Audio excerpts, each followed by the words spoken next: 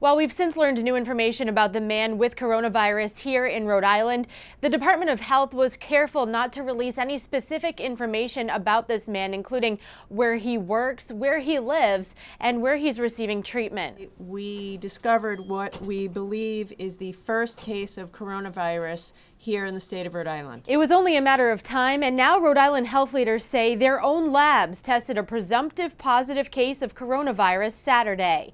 A man in his 40s is being treated at an undisclosed hospital. At a news conference Sunday, the Department of Health said the man came back from a trip to Italy, Spain, and France last Saturday, February 22nd. Fortunately, this person had very limited travel in Rhode Island after returning from Europe.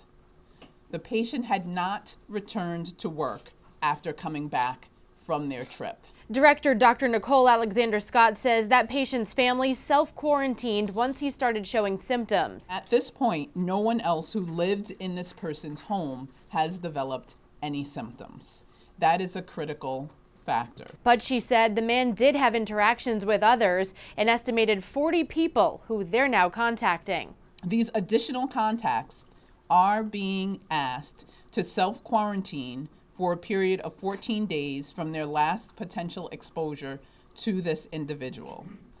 That means not going to work, not going to school, and staying home. The Department of Health is teaching these people how to monitor for symptoms. They'll also have public health nurses checking in on them several times a day. This case is called presumptive positive because the positive result came back through Rhode Island health labs, not those from the Centers for Disease Control. Yet. This is the same process that every state is using throughout the country. Because this is a new test that we are all using on a novel virus, we are running the same test that the CDC is again repeating.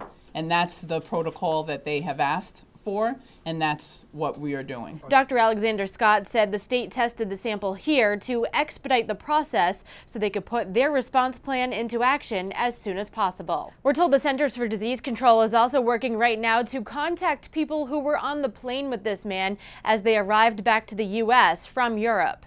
In the control room, I'm Kate Walsh, Eyewitness News.